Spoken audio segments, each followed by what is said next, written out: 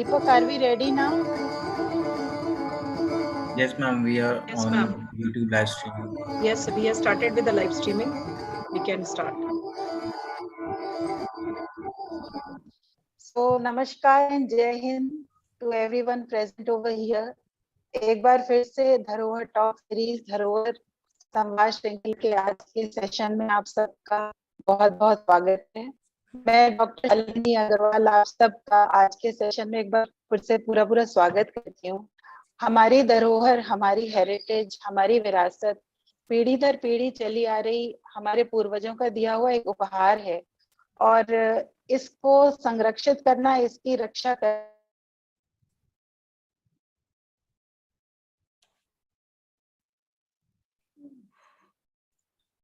Your voice is muted. Shalini ma'am. Ma'am, due to weak connection. Okay. Please repeat again, ma'am. No issue. I think there was some technical problem. Yes, ma'am. It's better, ma'am, you switch off your camera and then speak. Deepak, is my voice audible now? Right Yes, now audible, ma'am. ma'am. Right now audible. Okay. So sorry for that interruption. Namaskar once again. Welcome to this session.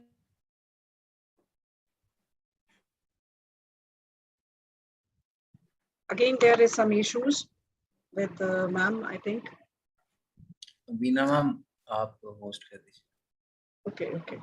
So thank you so much and welcome you all for this session, Dharohar. Now we have a very interesting session with a continuous series of Dharohar.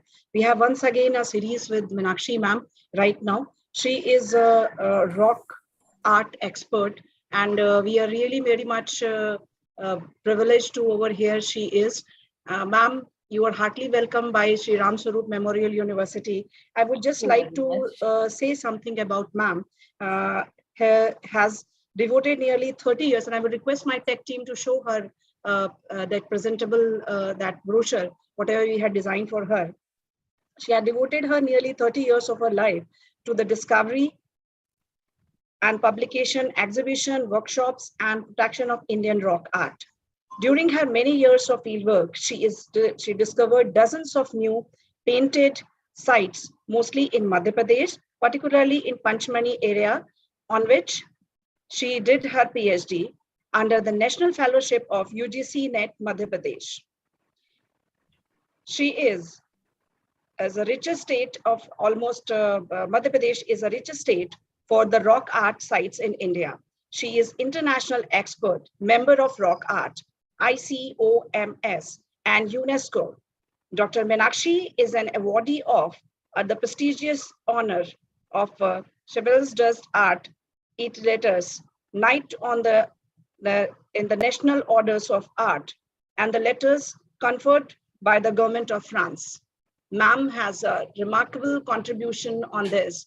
And वो कहावत है ना, हाथ कंगन को वारसी किया, और ma'am के लिए जो शब्द है वो बहुत कम है हमारे पास में, that the ample of things she had done. So ma'am, over to you, and welcome you in behalf of entire Ram Sarup University in this event.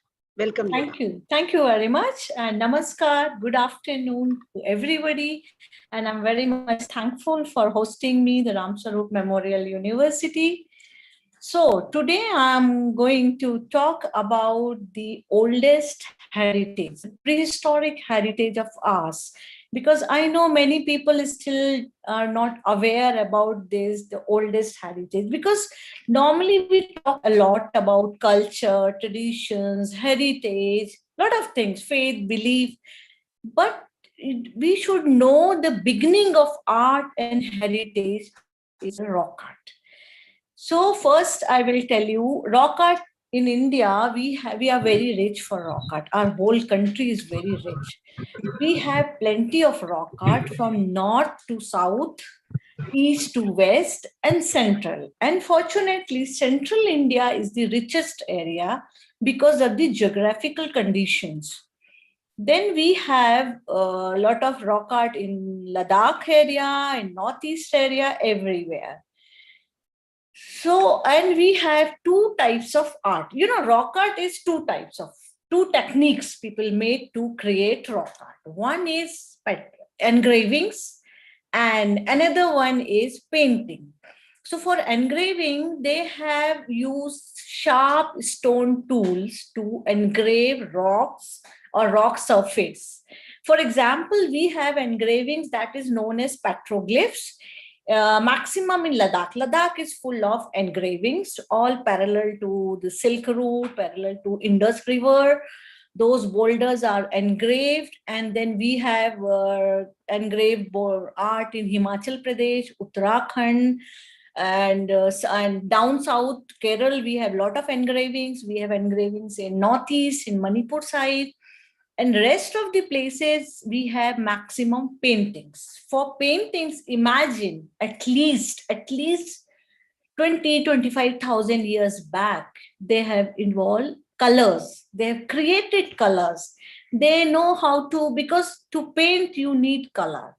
So our ancestors, our early people, they made colors out of hematite, out of natural colors. Because with hematite, you get red ochre. That is in Hindi, that is known as geru. That geru is still very popular among the villagers, among the native groups. They still use those gerus to make paintings during festivals. Then for white color, they have used kaolin that you can make out of lime or white clay. And for sometimes we have green color also in central India. Not in just in the early phases, we can see green color. And some yellow color also one can see. So now colors, fine. They made colors, then they mixed it with water or glue or egg yolk, anything. Then how to make it? First thing, after making colors, what they did, they have started making handprints. Dipping your hands in color, and then you can make it handprints on the wall. So this handprint culture is at least 40,000 years old in this world, not in our country. We don't have that solid, we have not dated everything, so we cannot say.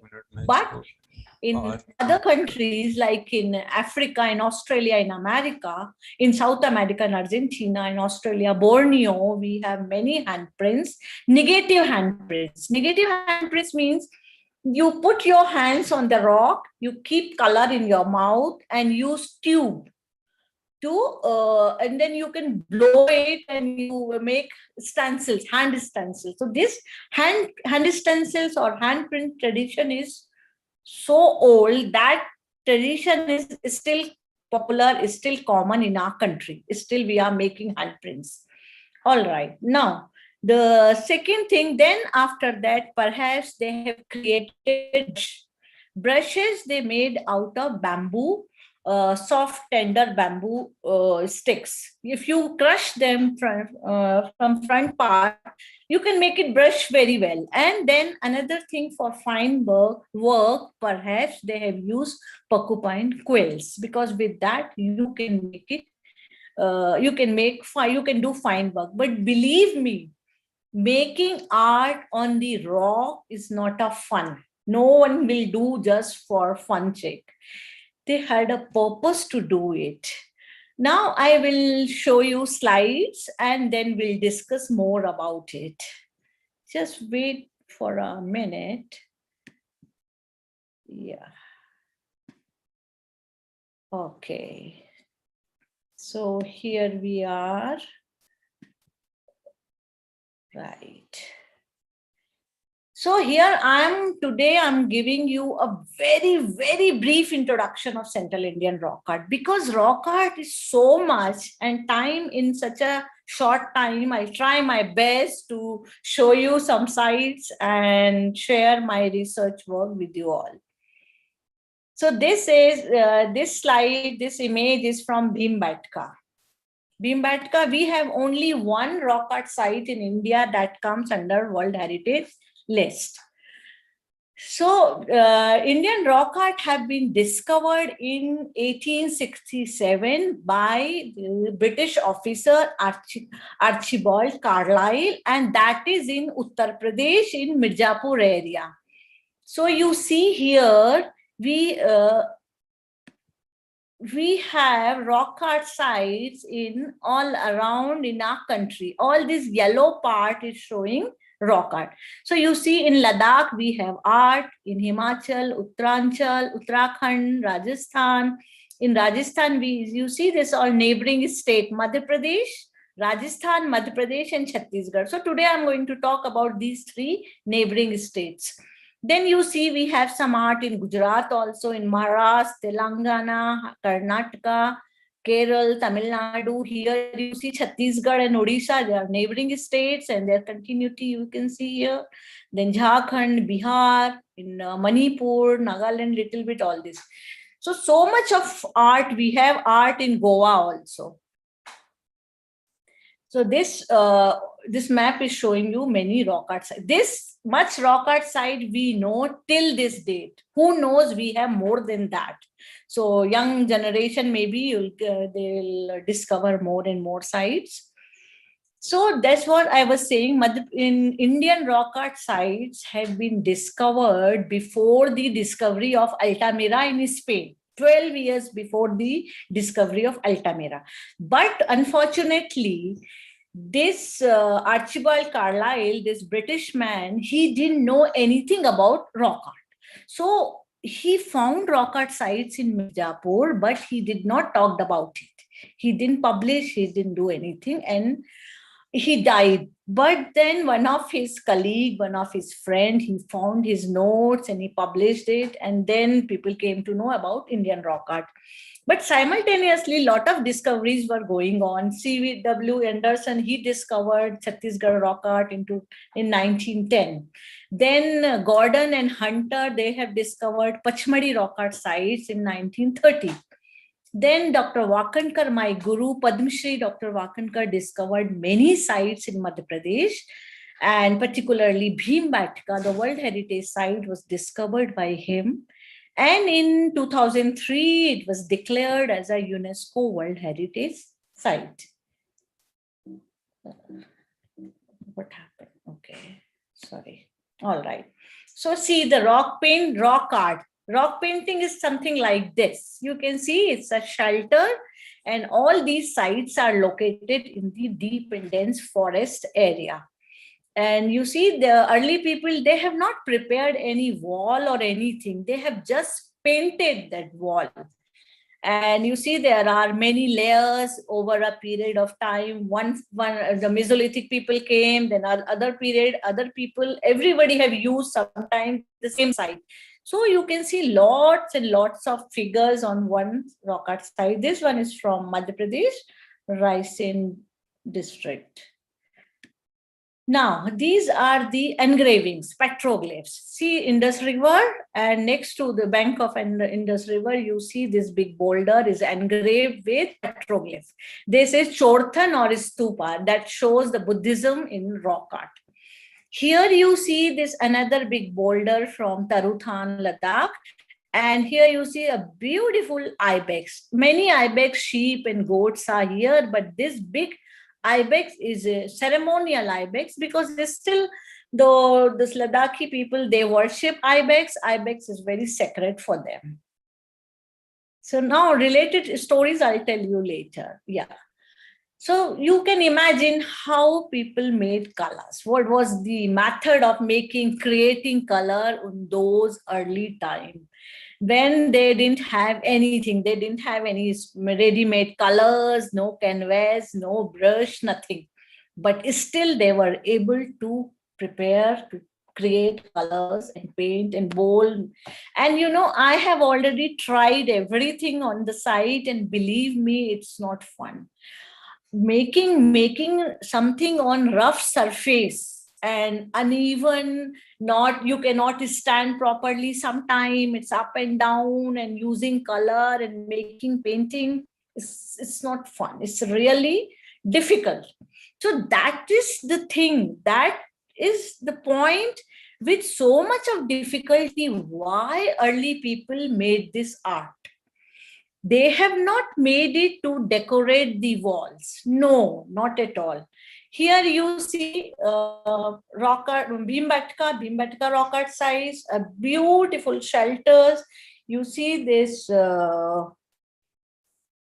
the natural formation of shelters, these famous shelters, and Lord, you can see the tourists are there. Then another, this famous site is also from Bhimbetka, a very well known picture, that this is known as mythical boar. Why it is mythical boar? The size is very big. First thing, you can see the huge size animal and very small human. The animal is chasing this is little human. Here again, this is a close-up. You can see the huge size animal and chasing. Why? Because in early time, in 10,000 years back or more than that, men were they were afraid of these big animals. They didn't know how to kill them, how to control them. They must have thought we are very small in front of them. So they in the early phase, what we have seen, we saw huge size animals, only animals, and very well decorated, and the perfection of drawing, very good, very real animals you can see in early phases. Now, I will tell you about different time frame of art. We have divided Indian rock art in, it goes to Upper Paleolithic, Early Mesolithic, Mesolithic, Chalcolithic, and between Mesolithic and Neolithic, we have that transition time also. Then we have early historic or Iron Age. Then we have historic period. Then we have medieval time also. In medieval, we can see all dynasties, war scenes and things. After medieval, we have recent time also. After 1300 AD, even that art is still going on. Good. And even right now, this art, this culture is not yet finished. People are still worshipping, making art. And it's very rare in this world. We have this continuity of tradition. We have only few countries, Africa, Australia, India, and few in South America. That's it. And it's a very good to study to understand this continuity of this art. So as I told you, in early time, in Mesolithic time, what we have seen, big size animals, very well decorated animals. And then gradually in the late phase, in Mesolithic, late Mesolithic, human hunter-gatherers have started showing themselves. They have put on a lot of jewelry, make wristbands and necklace and headgears, things. And there are a lot of hunting scenes, dancing scenes, many kind of scene we can see in the Mesolithic phase. Now you see this big bird. This big bird is very close to the ostrich. Ostrich, and we have two small chicks. You see ostrich body. His body is very well decorated. Now you imagine something making on the rough wall with very basic brushes. They have done such a beautiful work. Why? It's not for the decoration. They have some faith, some belief related to all this, because they were very close to nature. The animal and human, they were staying together. So, and this particular bird is extinct species in our country. We used to have ostriches in that Aravalli, in that Rajasthan area. Even we have found ostrich eggshells beads. My guru, Dr. Wakankar, and some more archaeologists, they have found ostrich eggshell beads in Bhimbetka area, in some other parts in Madhya Pradesh, in Rajasthan, and in Maharashtra, Patna. And those eggshells got some carving patterns on it. And that goes to 25,000 years back after carbon dating. But in Bhimbetka, when Dr. Wakankar excavated one burial of Upper Paleolithic time, he found the burial that the Upper Paleolithic human, he was putting necklace made with ostrich beads, ostrich eggshells beads. So these kind of things we have as evidences. So you see this. So maybe ostrich, I don't think ostrich never damage or create any problem, but he was useful for them. I'm sure they must have used ostrich egg because ostrich egg is very nutritious and it's a huge size egg. You can make such a big omelette out of it, and they have used even egg shells. You can use as a water container. It's a very useful bird. Okay, now next we'll talk. Here you see another big animal, elephant. You see this big elephant in white. This is also from Madhya Pradesh Raisen district, Dharohar. And it's a big tusker. You can see its tusk. And this baby elephant is following it. And now here you see these are the bamboo bushes. And next to it, this hunter is standing. This is interesting. In Mesolithic time, they give importance only to the animals. They made big size, beautiful animals, very naturalistic. But themselves, because they didn't know we are also very important. Till that time, for them, animals were very important. So they have presented themselves as very abstract, very sketchy way. Just single line, 2 hands, 2 arms, legs, holding many arrows, bow, putting headgear, and very simple, small human, and see the animals. So these different phases, different style of painting, showing us, telling us the whole story, whole prehistoric history. So you see this particular hunter is carrying so many arrows, and all these arrows are tipped. These arrow tips they have made out of stones. Out of stones, they were able to make everything. Arrowheads, blades, burin, all kind of tools they made out of it. Next. Yeah, this another interesting one. This one is from Pachmadi. Pachmadi area comes in Satpura Tiger Reserve. It's a very rich rock art site. We have plenty of rock art sites there. And I did my PhD. I spent many years, and still I go and work there. It's a very important area for rock art. And here you see this big bird is a peacock. And see its body is very well decorated. And here you see these big signs. These signs are very close to honeycombs. Perhaps they have learned it from honeycomb, who knows, because honeybees, honeycombs were always there. And you see some more big signs. So as per what all research I did, these signs are dedicated to our ancestors. So perhaps those early time people, these signs, they made it in the memory of their ancestors, or to have some ceremony for their ancestors. And peacock is also related with death ceremonies. And this is all I came to know from Bastar Gond, Muria Gonds, because they have many stories and faith about all these signs and things. Yeah, next you see the very live hunting scene.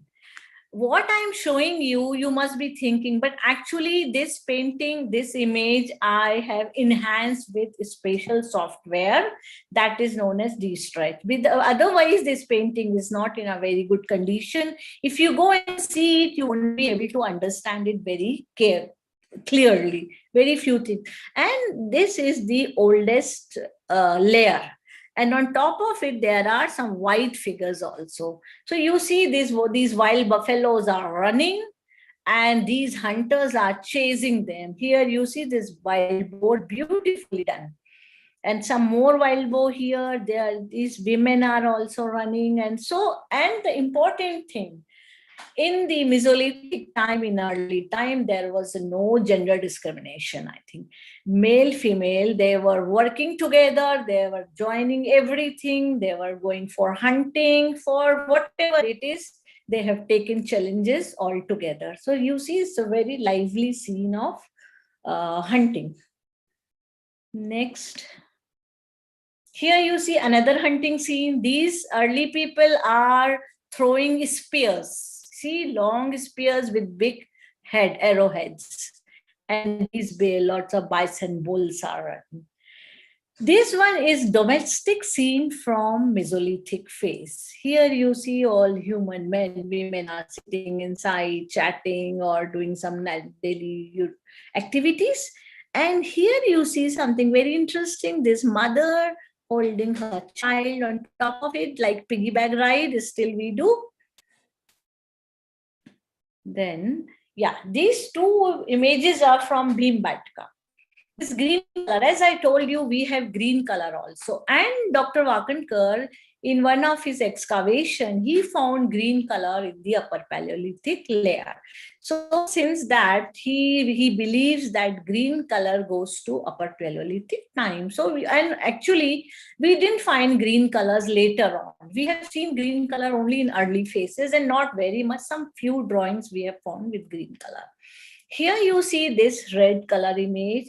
This is a mother. It's a childbirth scene. You can see this pregnant woman with very beautifully designed belly. One more here, and two figures are standing next to them, perhaps to help them.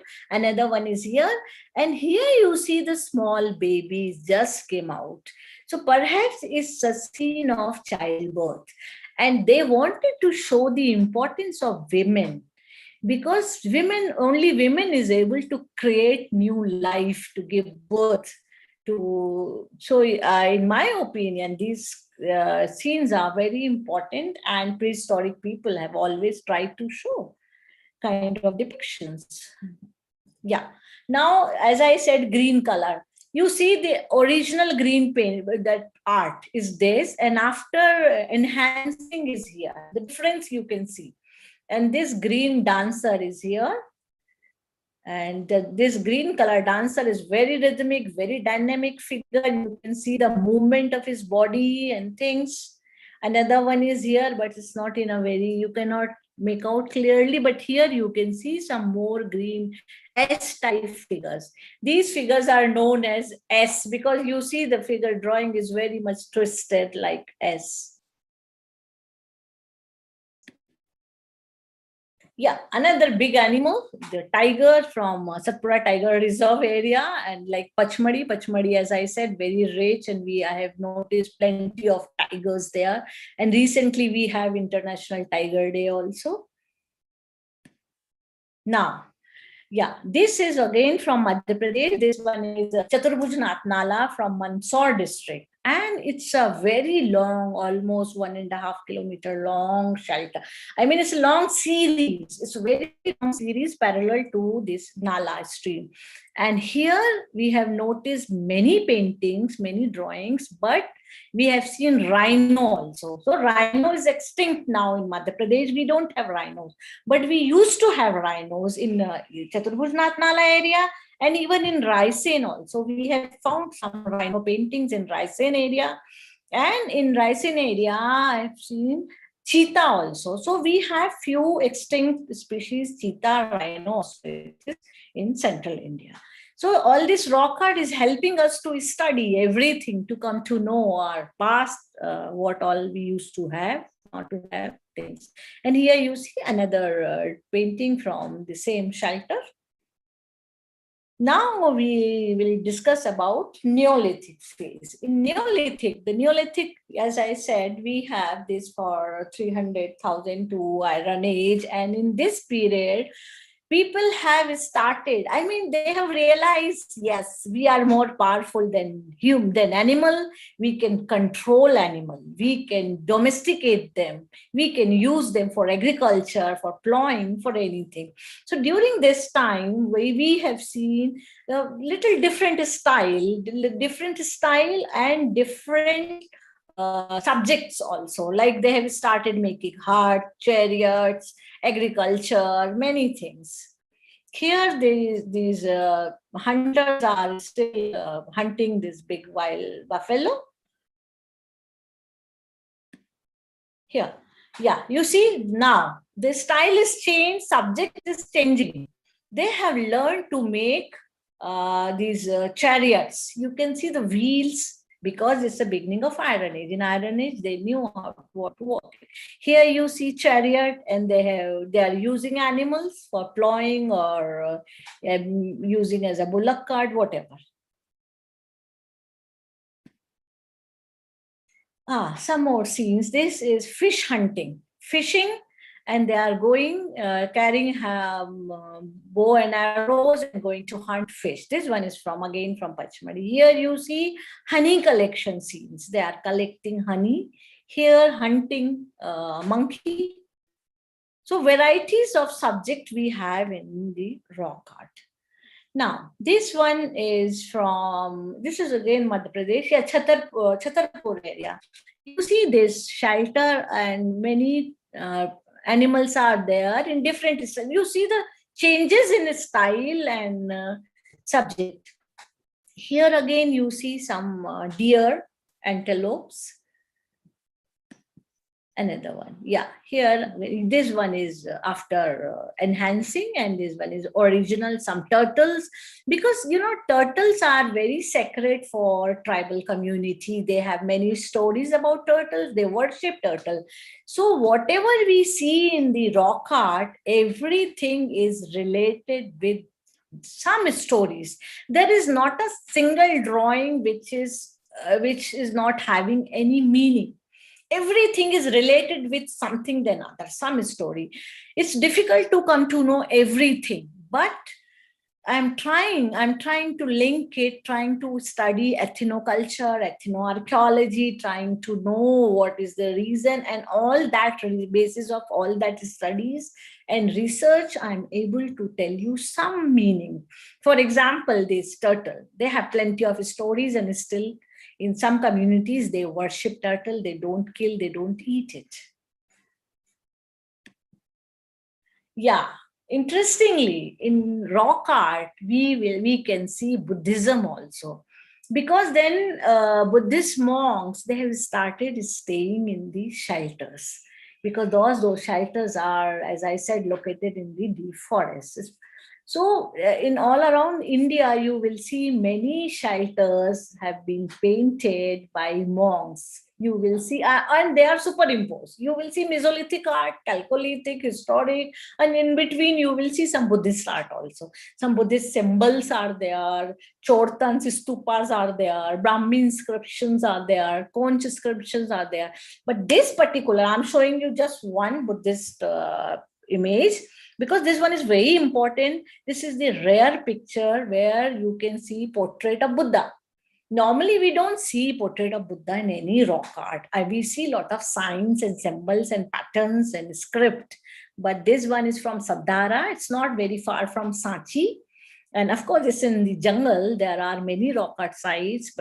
And you see this stupa and inscription is there inside, and many handprints are there. So later on, people came and they worshipped this art. They put their handprints on it. And because of this enhancement, you can see a lot of things better. Now we'll come to the historic time. As historic things have changed, totally changed. You see people have started clothing, even they have started clothing in Chalcolithic time, of course.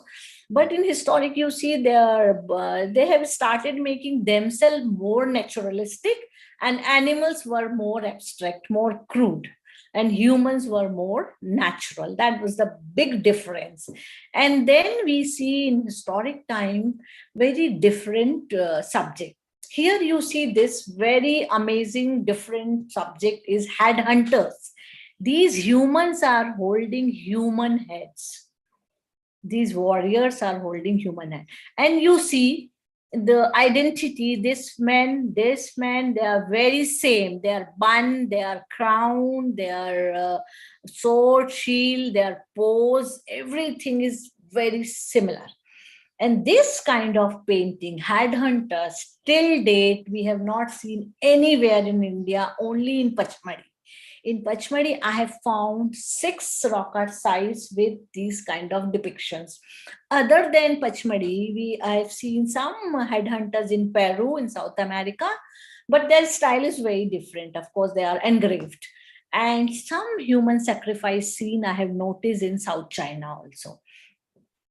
So, but we have plenty of stories in Indian culture about head hunting or human sacrifice. So one can imagine, see, another big scene of headhunters.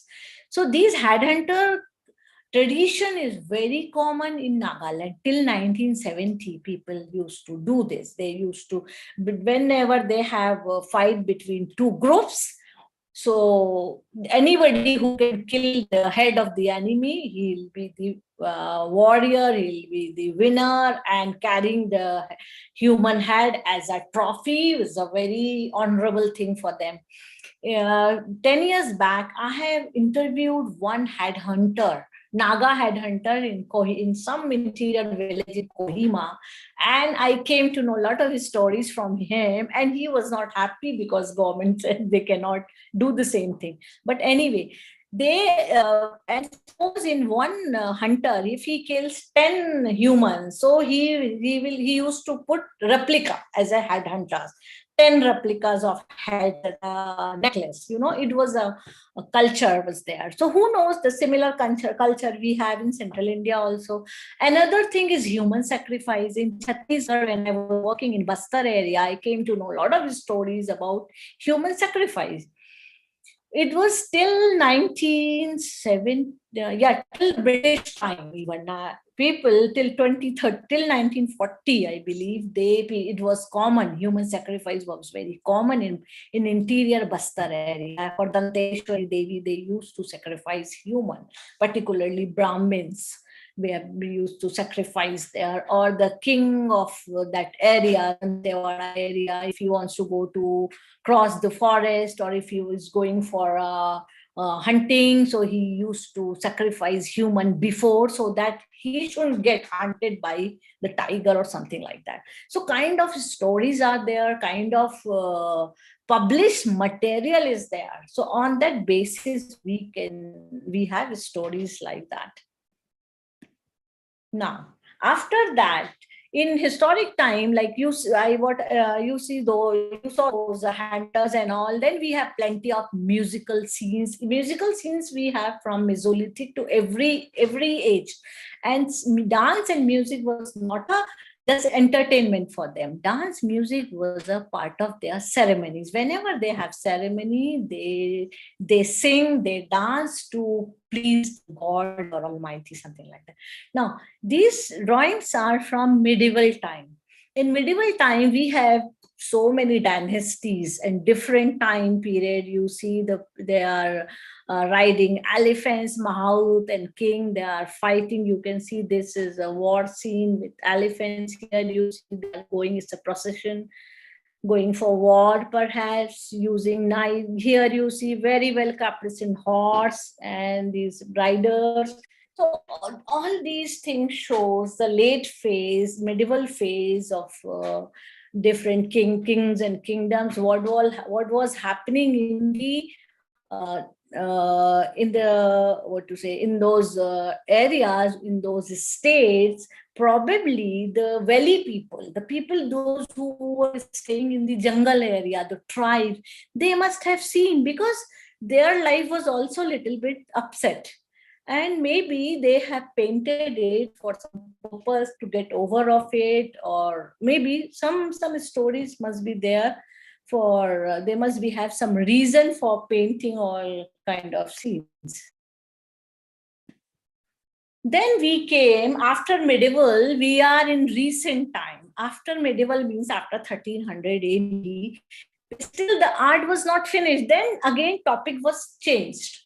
After those, people have started making designs, symbols, ritualistic symbols, some patterns, sometimes crude animals, crude people. And this tradition is still going on. We have these recent art in Madhya Pradesh, Rajasthan, in Chhattisgarh. And it's a very exceptional, as I told you, and I'll show you some more. Now, we'll talk about Rajasthan. And Rajasthan is again neighboring state of Madhya Pradesh. And I'm talking about Bundi area, which is very close to Madhya Pradesh. And these borders are made by us, but the geography is very much same. And here we have studied Bundi area and with few shelter. Here you see the huge big sign. And the sign is again very nicely done. You watch it carefully, you won't find a single mistake. Just see how much determination, time, and concentration you need to make this figure. So they were very intelligent. They had better diet from what we are having, more protein-rich food. Perhaps they had to create such a wonderful art. Another, yeah. So this shows recent time. Here you see all kind of designs, and I'm sure many people knows there's kind of patterns, peacock, these the mannas, these symbols. This is all a part of our culture. Still people are using these designs. They are making these designs on their house wall during festivals, during Nag Panchami, Kanhaiya Athai, there are so many festivals we have, and during that time these things are going on. So all these drawings came from rock art. And then here you see this is a Devanagari inscription did in July 1884. And this one is made on top of the early rock art. This is again from Rajasthan.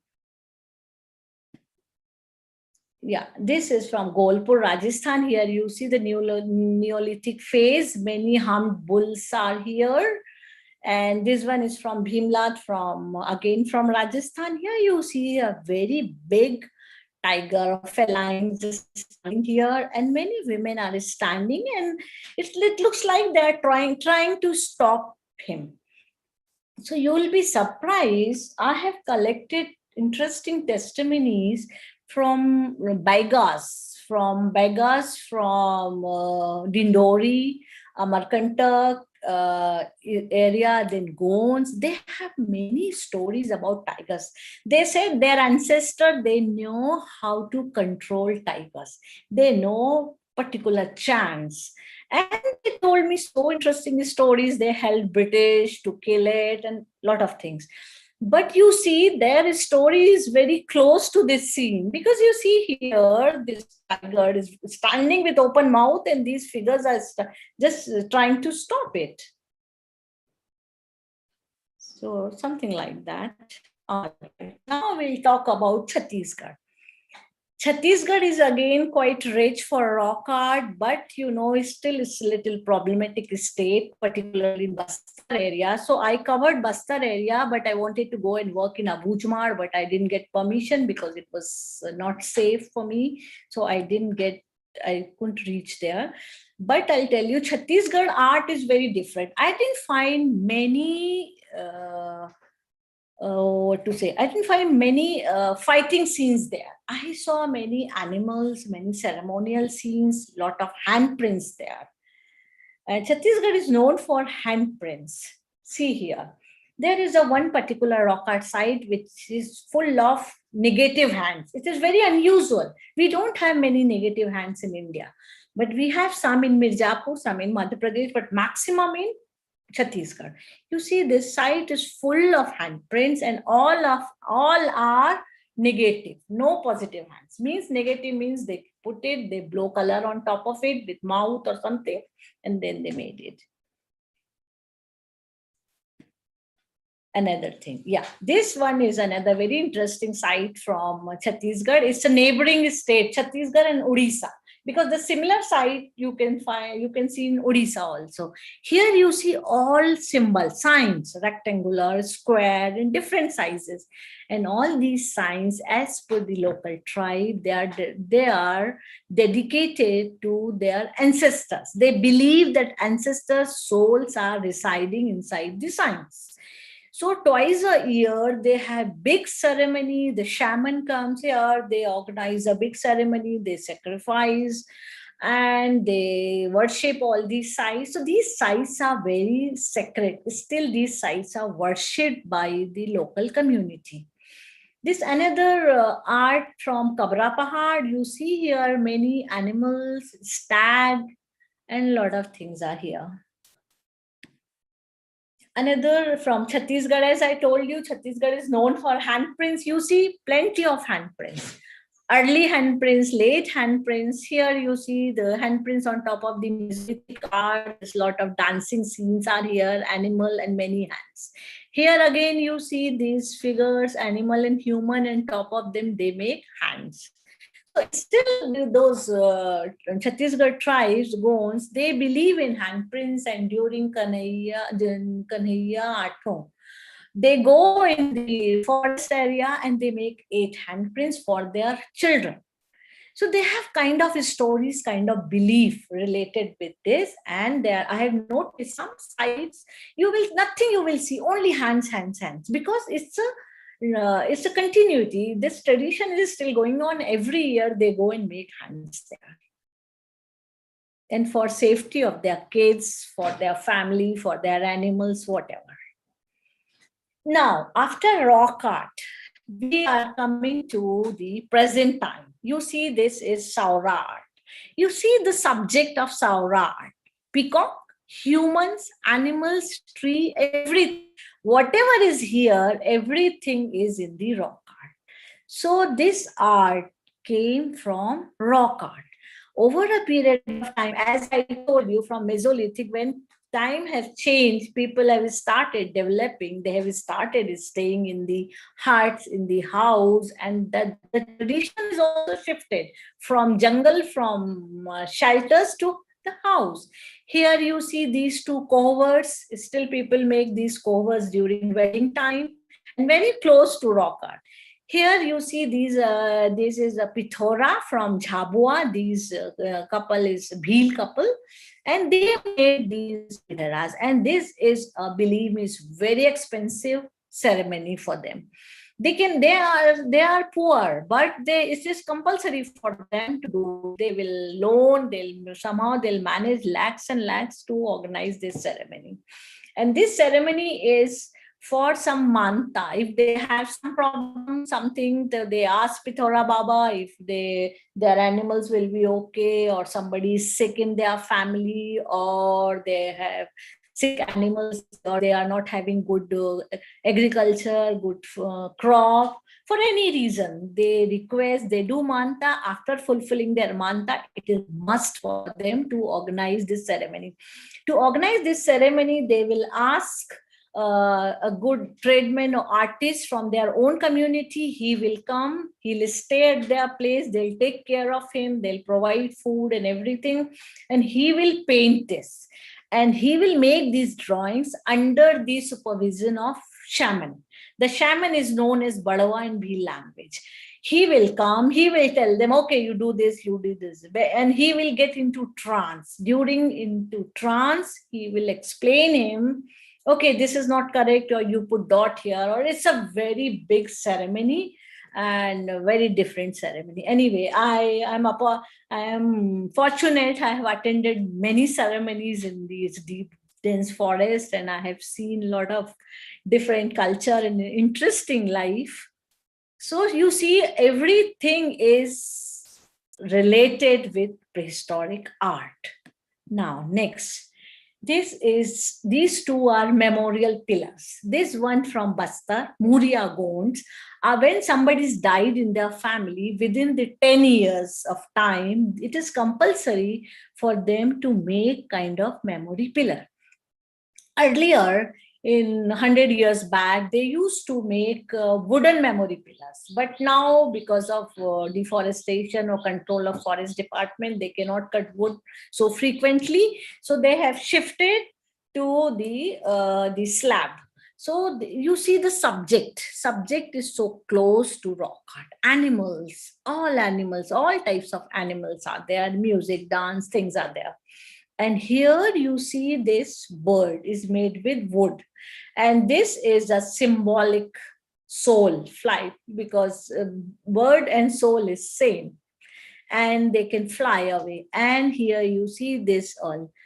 And now the another one is from Pachmadi. This is from Korku Gonds. Korku, again the same thing. This is also memorial boards that is known as Gatha Munda Patia. So this is again within the 10 years or 12 years time, they have to deposit this patia under the one sacred tree. And the same story, they will ask some artist from their community, they'll take care of him, he will carve. It's a very big ceremony. Before cutting this wood, they'll go to the jungle, they worship tree, they'll take one branch, then they make this.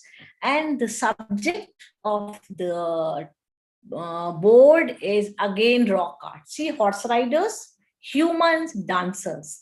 Why they made horse rider? Because I have attended 3-4 ceremonies there, and I asked that shaman, why you make horse riders? I don't see any Korku is riding horse.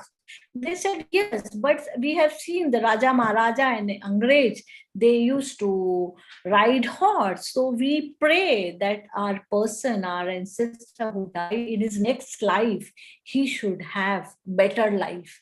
So imagine, there is a meaning for everything. If you don't know meaning, you cannot make out what is all like that. And then you see here sun and moon also. So what I mean to say, the tradition is going on, it's little changing, transforming, but not finishing. Here you see these shamans from Chhattisgarh, they are worshipping rock art site. I asked them to show me sites. Sometimes they were with me. But before I start my work, before I took photos or measurement or anything, they worship that site because they said it's our God. They worship. So you'll not have any problem. You can do your work easily. It's kind of faith. And I always respect them. I respect their faith, their belief. So you see examples. Now, the problem I showed you so many examples. People are worshipping. It's a sacred.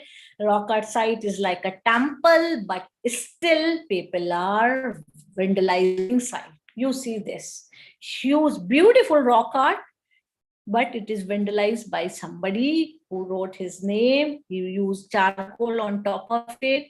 So I'm requesting everybody, do not damage rock art. It is our identity. It is our heritage. Here you see a big panel of rock art, and panel is full of names. It's so sad when I see all that.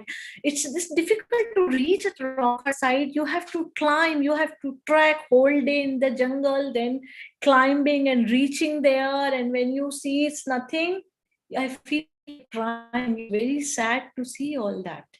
So I'm requesting all you students, please come forward to save art, not to damage art. Here again, you see, I'm showing you another example. It is such a beautiful scene. This Vyala is fighting. And in between, you see this one man is beheaded and his arms are also cutted. And this man is standing, the soldier is standing with sword and shield, and they are fighting. And the lower part is damaged so badly. Here you see. Whole scene and lower part is so sad. So as I said, I'm working in this field from last 30 years. So I have tried my best as an individual. I try my best to protect some sites. I cannot protect all entire India, but I did whatever I can. So when I was doing some project in Satpura Tiger Reserve area, I requested Forest Department, and nice of them. They were ready to protect, and we have protected some 10 rock art sites in Pachmadi area. Then I protected some sites in Ladakh also with the help of army. So we have plenty of sites, but we cannot protect every site. But yes, if we are aware, awareness is again very important. If we are aware, we know about rock art, nobody is going to damage it. Then we don't need to save it. So it's my humble request to everybody, please come forward to save rock art. Thank you very much. Thank you, Dr. Meenakshi. It was really a lovely presentation. My heart is filled with respect for all those people who have been doing it, and especially to you. I mean, we are honored to have you here in our session today, because most of us really didn't know about this dying art. And you know, this is a month of Savan, and we are using these caricatures in our everyday puja. At least for me, it's a very basic thing which I can straight away connect with. All those caricatures that you have just displayed over here, we use it in our daily kind of chanting and daily kind of offerings. And it's so Yeah. mesmerizing to see that it has such a great past associated with it. So by the time people are ready with their questions, Sure. as a leader of technology, I have one question for you. Apart Sure. from image enhancement, in what other ways technology can help us to save this dying culture? Recording is again very important, Yeah, Yeah, recording and awareness, record. because, we can't do anything. We cannot shift those shelters. Shelters are there. And imagine last 10,000 years, nothing has happened. But in 100 years, lot of deforestation, lot of things are damaging. Because what I've seen in Pachmadi as a childhood, I'm visiting that place, and there was such a thick forest. Thick forest is already protecting rock art, because it's protected from natural weathering. Sun, wind, everything is protected by the trees. But if if we are doing cutting plants and things, so it's difficult. But yes, of course, with technology, yeah, we can do a lot. We can do recording. We can start with 3D technology. There are so much to do. I know. Why not? If you Okay. think if one can do something in future, why not? I mean, there Yeah, are in many any way, things. if we can, Yes. find out those sites, the criticality of those sites by means of some GIS images and those kinds of remote sensing, that I think we can help that thing. Yeah, location wise fine, but still you have to be there. You Yeah. can, yeah, that's, but it's, the known sites you can search, but sometimes it's not necessary all the shelters are painted. See, Okay. there are many shelters in Satpura forest area, but every shelter is not painted. Practically you have to go and see there, and it's a tremendous work. I did a lot as a young researcher. I traveled, I did a lot of adventures, and I love to track and to do things. I think Dr. Jyoti Yeah. Diwan wants to ask a question. Yeah, She has please. raised her hand. Please ask me. Yes, ma'am. Firstly, I really want to compliment you, ma'am. It has Thank been you. such a wonderful session and absolutely spellbinding, and the kind of depth and the patience with which you have explained each and everything. It just shows your extreme passion and love for this entire body of study. I'm just admiring along with rock art. I'm just admiring your passion and commitment and dedication. So kudos for all of this, for helping to work to save our heritage and culture. I'm just with just continuing forward to what Shali ma'am asked you, ma'am. How can we join hands? Are there any such bodies which are available where we can volunteer and do our little bit? Because all of us are, of course, in our work and in our cities, and not all of us can travel to the sites also, although we would love to when we get the opportunity. So, ma'am, Yeah. how can we do a little bit from our homes Yeah, to for that help to protect this heritage?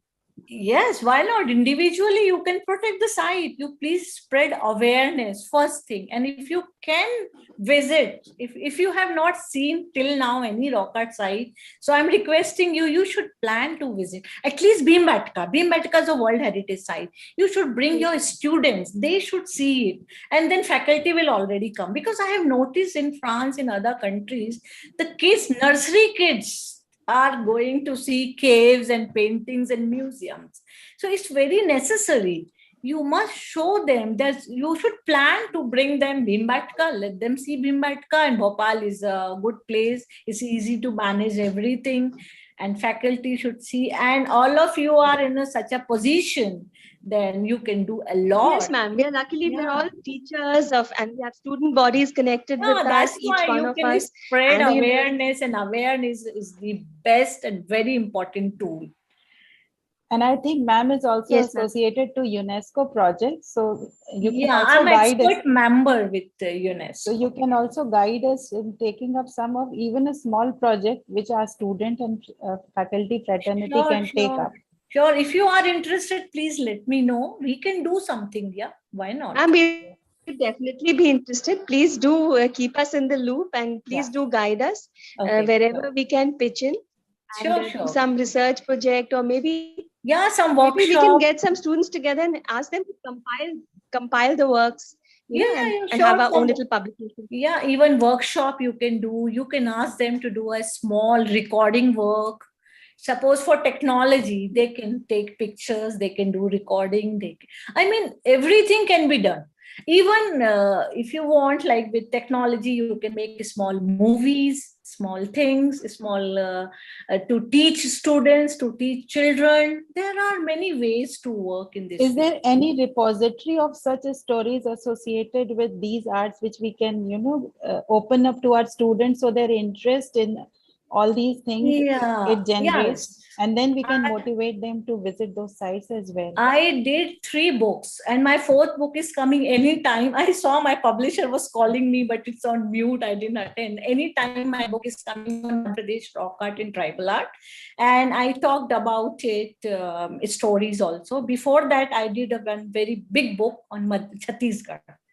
That was project I did with the Chhattisgarh government, and it's a big coffee table book. And we talked about it. You can keep it in your libraries. And then I did book on Pachmadi rock art.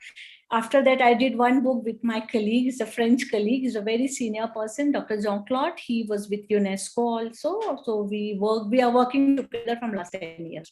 So we did a book in French, that one published in France. But these English books can be used for students. One thing which is coming straight away to my mind is to have some Hindi editions of this book as well. And for sure, I'm going to procure all these books of yours in my university library for my students to get inspired and then work ahead. Yeah, if somebody is good in translation, one can do it. Why not? Yeah. Yes. Yeah. I see Dr. V.K. Singh smiling and wanting to say something. Oh, yes. Please, yes, Colonel Singh, Colonel VK.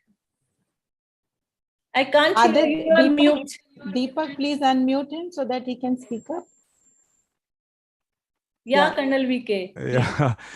Yeah, Dr. Meenakshi, good to see you after so many years all over. Yes. I know you've been talking to Kshama. This thing is, first of all, I mean, for those who do not know, I mean, I've been associated with her since 2007 onwards. And the moment this project got launched of Dharohar, the first name which came to my mind was your name, because I knew your work, traveling so much depth into jungle, those jungle where nobody goes. So I knew that, you have been trying to extract something out of that. So that's why I told Shalini ma'am, Dharohar is the right word where you should join in. So good to see you all over again. And you may come to Bhopal also. I mean, I don't. I mean, for me, it was a different experience talking to Dr. Meenakshi over phone for such a long time. I've been watching her videos and was curiously waiting for today's session to, just to have her over here. And while I see there are some 34, 40 participants over here, many of them must be watching on YouTube also. And I admit that this is something which is a very rare thing for we as teachers also. We are not exposed to all this kind of art and cultural heritage. And we need to generate that interest amongst ourselves first so that we can offer this to the next generation. We should have this subject from schooling onward. In the school curriculum, they should have little chapter about prehistoric art, about Stone Age people. Of course, there is little bit you study about Stone Age people, but you don't study a lot about rock art or their life. It's very important. We are talking a lot of rubbish thing in history, but we are not talking actually our own heritage, what we used to have. I mean, what was there in the beginning time and all. I request other participants to raise their hands if they have any query with a very renowned speaker. Dr. Meenakshi, I just like to conclude this thing because I see a lot of hands there raising. Yes, please. Typical Dr. Meenakshi fighting for the women. I could see in images also you were trying to highlight where women were equal 8,000 years back. Good. Yes, of course. We will leave it to some other day. I can see a lot of hands being raised. So, Okay. Shalini ma'am, thank you. Ma'am, I would like to have one question to you. Ma'am, what's the real inspiration behind this kind of spirit to work upon on rocks and these kind of areas? Like, I'm really very curious to know You need about to that. have a rock solid spirit. Exactly. My dashing nature.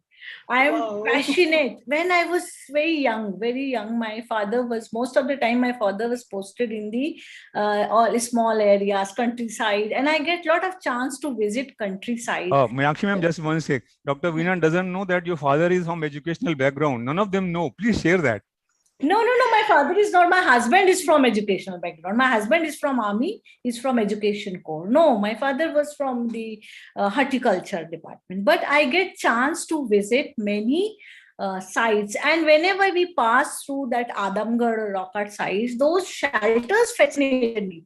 When I was 10 years, 12 years old, I didn't know anything about rock art, but those shelters fascinated me so much. When we go to Pachmadi, I said, oh my God, I have to go there. I want to climb there. I want to go up there. So that thing was somewhere in my mind, somewhere in my heart. I was very much fascinated. Then I came to know about rock art when I was doing my graduation. And then I've decided, okay, I'll do my master's, this and that. And then I said, no, whatever it is, Pachmadi, I visited Pachmadi many times. I saw some rock art sites there, and I've decided to do my PhD on Pachmadi rock art. Of course, I have been told by my male senior colleagues, oh, you are a girl, how will you do it? Tum kaise jungle mein jaoge? How will you find? Even those forest people used to ask me, I was just 21 when I have started doing my PhD. Very young age. So they said, don't you afraid? Janwar hai ye? I said, no, I'm not afraid. I was very determined. And those local tribes, they used to with me, and I was having very good UGC, New Delhi National Fellowship, very well funded fellowship. So I was very rich. I said, okay, I used to help those local tribes very well, out of the way. So they were so loyal with me. And with their help, I was able to discover so many sites, So, and it's a passion. Actually, I'm passionate. Without passion, you cannot do anything. I never thought it's my duty. After doing my PhD under National Fellowship, I am a topper, but I quit my job because my husband is on background. So it was difficult for me staying at one university, taking care of kids, work. I said, no, my passion is visiting places, working. So no one can stop.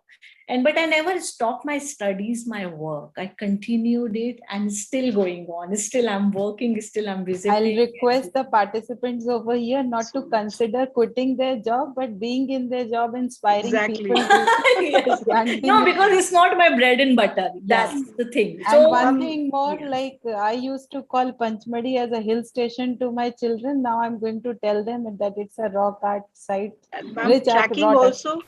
Tracking also one Alka can add. Also wants to ask some questions. Yes, Alka, she's waiting. Satpura National Park is very soon is going to be on UNESCO Heritage List because it's already declared as a tentative list. Thank you, ma'am. Meenakshi ma'am, it is really like you have taken me back to the Panchmadi Hills. And we stayed for 10 days there, and I think every day we trek around 10 to 12 kilometers. And in 10 days, more than 100 kilometers. I still remember Pandav Cave, Silver Fall, and Sun Temple on top, hilltop. There it was. No, that's not a Sun Temple. That's a Chauragarh Temple. Chauragarh Temple. Thank you for correcting me. I still have. It was my college days, and thank you for taking me there. I have one query about not rock art, something, one archaeological site near Simoli, like it is Bagpat, newly found this site. Yeah, near Haryana, in Haryana. Yeah.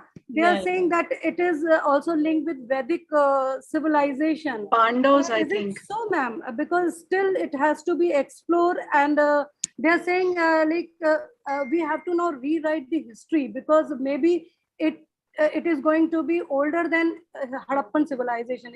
Is it so, ma'am? That is possible. That is possible. See, we have 10,000 years old paintings. We have more than that. So of course that goes beyond the no, that is possible. But without seeing, without studying, we cannot say anything. Because I know there, I have got some clippings. Some of my friends and colleagues, they send me those newspaper. And surprisingly, they are talking about the discovery of Haryana rock, that Aravali site, and photos, all 4 photos from Bhimatka.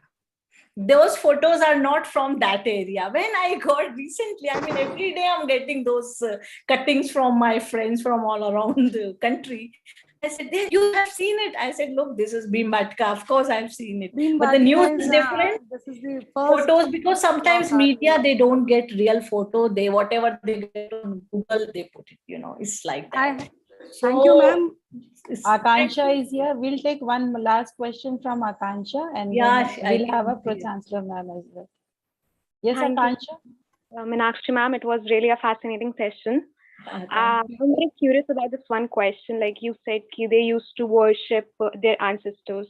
They used to sacrifice animals. But is there any proof that they were religious? In a sense, they prayed. Rock art is it's a beginning of religion. See, what is religion? Religion is religion evolved because of something, some fear. Look, those 10,000-20,000 years back, people were staying in such a remote area, forest, jungle, nothing was there. They have to protect themselves from nature, from earthquake, lightning, rains, animals, everything. So it's a human nature. What we think, the same thinking process they have. We are Homo sapiens, they were Homo sapiens. Their system is same. Only the difference of time. So I'm sure they must, when they have seen big animals, they didn't know how to kill it, how to control it, what to do it. So they have started worshipping or something. See, we don't have any exact proof. We cannot go in that time, but we can study, we can talk to see all around world. I have seen so many ice age caves in France. In France, we have art till 35,000 years back. And those art is very well dated with C14 because they are made with charcoal. So charcoal is easy to date. But unfortunately, in India, we don't have charcoal paintings. We have maximum paintings with hematite. And pigments, we cannot date. Yes, ma'am. With pigments, nowadays, there are a lot of dating method is there. We are reaching nearby, but still we cannot say exact thing. Exactly. So in Europe, we have 35,000 years back art. They have a lot of excavations. They have a lot of evidences. Why people, there are many deep caves. You have to crawl. Literally, you have to crawl to reach there to see some drawings. So you see why people did it. What is the point of crawling in a dark cave and crawling 1 kilometer and then you reach one corner to see some little art? There's no fun. The same thing I told you, there's no fun on making something on rough surface. There is some purpose behind it, and that purpose is very much religious. Faith belief is a part of religion. Ma'am, can we conclude by saying that they started worshipping what they feared, like animals, flood? They started worshipping what they really feared. Can we say that? Yeah, they did. I mean, the signs, you see the big size of animals, they were defied animals. Still, they have many stories. Still, those tribes are worshipping animals. Bhansa Dev, pigs, all these animals are still worshipping. So I'm sure the culture is continuing. Suddenly, we don't get any culture. So things are related with that. Okay. Worshipping with faith, with belief. Yes. I think we can keep on asking questions with Meenakshi ma'am because we are so inspired, but we need to have our time constraints into consideration. Yeah. I'll request Pro Chancellor ma'am if she's here to speak a few words about today's session. Meenakshi ji, thank you so much for making all of us enter a new world altogether. And Hindi में जो हम कहावत सुनते हैं ना कि पत्थर की लकीर, आज आपने कुछ पत्थर की लकीरों से हम लोग को ऐसी दुनिया में प्रवेश दिलाया है कि it is leaving a permanent imprint in our minds and lot of inquisitiveness amongst all our students who are part of today's session. It was a beautiful session and पत्थरों पे सर मारने से बहुत कुछ मिलता है, ये आज हम सबने सीख लिया. Yes, sure. No more a derogatory statement. It's indeed a very thoughtful and deeper meaning statement. Yeah, okay. और भीमबेटका जैसे आपने emphasize किया, it is on my agenda and to-do list to visit the caves there. Yeah. कुछ शायद 1 लाख साल पुरानी caves हैं वो. आपको ज़्यादा. That's a very different story actually. Recently they have found some fossils. Because of fossils they said, but paintings are not 1 lakh. Okay. It's because a lot of things are there, so we cannot correlate everything. But yes. Yeah. So if I mean I don't know whether it is true or not. It is said कि भीम जब जंगल में गए थे तो वहाँ पर rest करते थे और फिर लोकल से इंटरैक्ट करते थे. Something of I mean such stories are also prevalent. There are many local tribal stories are there, you know, for everywhere. Bhim, you see Pandav and Ram and Pandavas, they were everywhere. I have seen in Chhattisgarh, even I have seen in rock art. Ravan, I saw Ravan in the rock art and he's holding torch.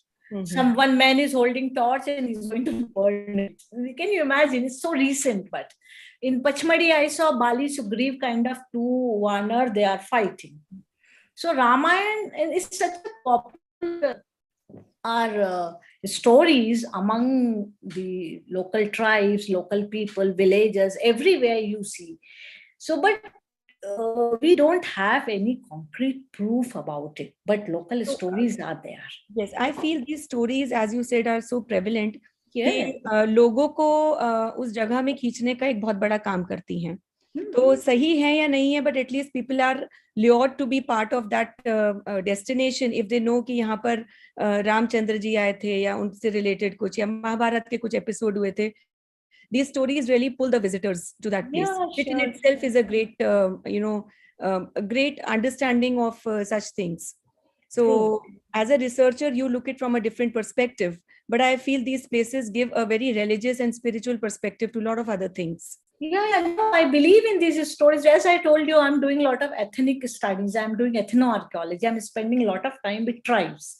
I'm collecting stories from them. I have collected some very scary ceremonies in the deep forest where they are organizing their ceremony. They are sacrificing in the wilderness. The sound makes you so different. Anyway, I can't say all that, but I have attended some very strange ceremonies and I have collected a lot of stories, and these stories are linking somewhere something. So these stories are very important. We cannot the problem is this oral tradition. We had big oral tradition. We did not write up. No, we don't have a lot of things in writing, but we have to believe in this oral tradition also. Yeah. So your hard work and passion is clearly reflected in your session today. And I happened to watch a very nice Netflix movie by the name From the Tombs of Saqqara. And you must be well aware of Saqqara. Egypt में एक जगह है जहाँ पे लोग सिर्फ excavations का काम करते हैं और कैसे एक excavation में वो कितनी कहानियां और कितना history निकाल कर लाते हैं. So this movie is about Vahiti, जिसमें 4400 years से उसको explore नहीं किया था, and how with every little inscription on the wall, it is like you mentioned in your talk also, कि every color is speaking and every stroke is speaking. So it's very fascinating and like a great puzzle for which you don't have a definite answer and you don't know what the right answer is. Yeah. Sometimes like that, but yeah, sure. So it was a very intriguing and thought-provoking lecture. Thank you so much for being part of our Dharohar series. I really thank from behalf of Ramsarup University, and we wish to collaborate with you in your further research if we can be a part of any of your writings or on-field job. We'll be delighted to be part of that. Thank you. The first takeaway that is coming to my mind, the first takeaway that is coming to my mind right now is that compilation of these stories, either in English, Hindi, or any kind of language that my team of students and faculties are comfortable with. And with that note, I'll thank you once again, Dr. Meenakshi, for sparing your time. She was so busy with all her talks scheduled over so many different places, and it's so nice of you that you gave your time to us, and it was such a wonderful lecture. Thank you so much once again. Thank you very much. Thank you, ma'am, for joining. Thank you, everyone, for your joining. Thank you very much. Please save rock art. I'm really very much. I'm really very much waiting for your stories that you have covered there. I'm very curious to know about that.